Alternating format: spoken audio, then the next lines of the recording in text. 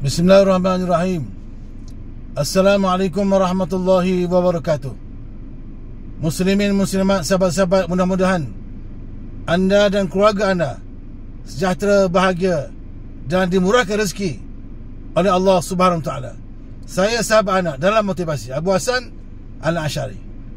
Muslimin yang saya menangkan, ada orang WhatsApp saya, ada orang tanya saya, Ustaz, kalau kita pergi ziarah sahabat kita yang baru dapat bayi, kalau kita pergi kenduri akikah, nah, kalau kita hadir majlis potong jambul, sebab ada sahabat yang menyambut bayi yang baru, baby yang baru, jadi apa yang kita nak baca? Apakah Ustaz yang kita nak baca kepada bayi itu yang baru lahir itu? Dia baru 7 hari, umur baru seminggu. Nah, apa yang kita nak baca pada bayi yang baru lahir? Jadi muslimin yang saya menangkan, saya kalau saya dijemput untuk taknik budak-budak, saya dijemput untuk taknik bayi, ataupun saya dijemput untuk hadir majlis akikah baby yang baru lahir, saya biasanya akan baca dua doa. Dua doa yang biasa saya baca untuk bayi kanak-kanak yang baru lahir. Yang pertama, saya baca doa yang Nabi baca kepada Anas bin Malik. Anas bin Malik ni anak angkat Nabi. Nabi ambil dia sebagai pembantu. Dia bersama Nabi, tolong Nabi sebagai pembantu, tolong angkat air, tolong sediakan makanan, tolong basuh pakaian. Jadi dia khidmat, Anas bin Malik ni khidmat kepada Nabi selama 10 tahun. Jadi bila Nabi jumpa dengan Anas bin Malik ni, dia juga seorang perawi hadis yang hebat, Anas bin Malik.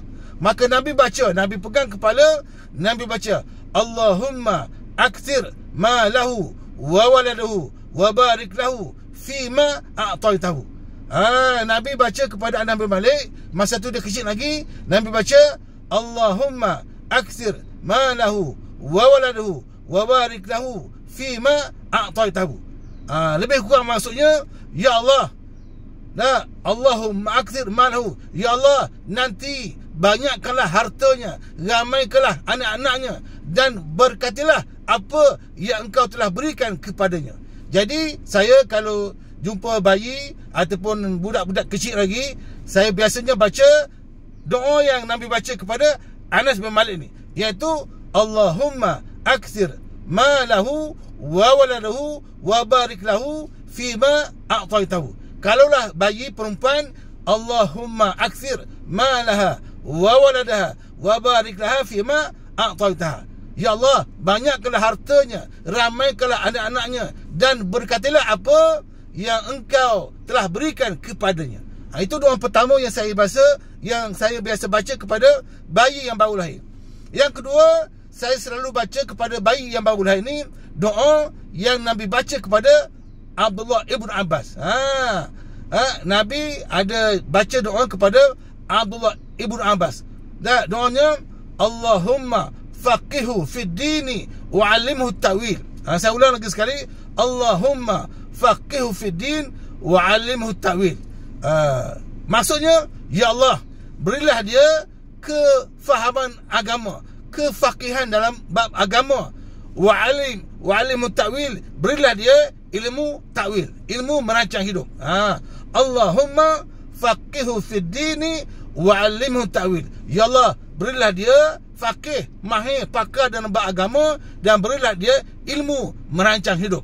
Jadi oleh kerana Nabi baca begitu kepada Anas bin Malik, akhirnya Anas bin Malik ni anaknya ramai, cucunya ramai, dan dia ni kaya raya dan banyak kebun-kebun tamar. Hebat Anas bin Malik. Dia juga pakar hadis, merawikan hadis. Oleh kerana Nabi baca doa tu kepada Ibnu Abbas, Abdullah Ibnu Abbas, akhirnya Abdullah Ibnu Abbas ni jadi seorang pakar ilmu tafsir. Ilmu tafsir. Jadi muslimin yang sebenarnya, eloklah baca doa ni. Saya ulang lagi sekali, Allahumma akthir ma lahu wa waladahu wa barik lahu fima a'taitahu. Itu doa kepada Anas bin Malik.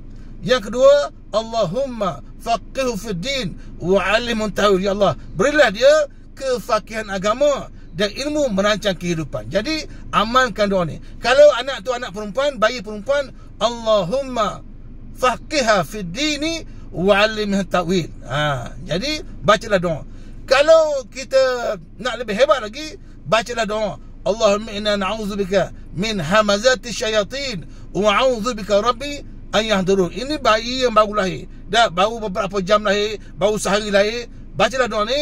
Allahumma inna na'udzubika min hamazati syayatin wa a'udzubika rabbi an yahdurun. Ya Allah, selamatlah kami daripada termasuk bayi ini. Ya Allah, selamatlah bayi ini daripada gangguan syaitan, dan selamatkan bayi ini daripada kehadiran syaitan dan kuncu-kuncunya. Jadi kalau tuan-tuan tak ingat doa-doa yang saya ajar tadi, apa-apa doa pun boleh.